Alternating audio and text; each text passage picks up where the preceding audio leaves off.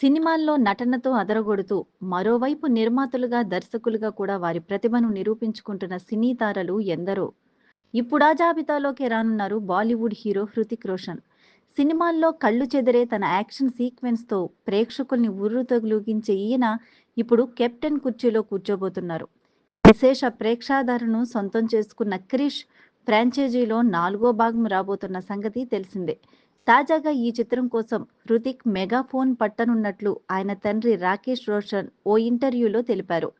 'క్రిష్ 4' దర్శకుడి బాధ్యతను నా కుమారుడికి అప్పగిస్తున్నాను. అతను ఈ ఫ్రాంచైజీని ప్రారంభించిన మొదటి రోజు నుంచి ఇప్పటి వరకు కష్టపడుతూనే ఉన్నారు. దీన్ని ముందుకు తీసుకెళ్లాలనే ఆలోచన అతనికి బలంగా ఉంది. ప్రపంచ సినీ ప్రియులు ఆసక్తిగా ఎదురుచూస్తున్న ఇలాంటి చిత్రం కోసం హృతిక్ దర్శకుడి టోపీని ధరించడం నాకు గర్వంగా ఉంది.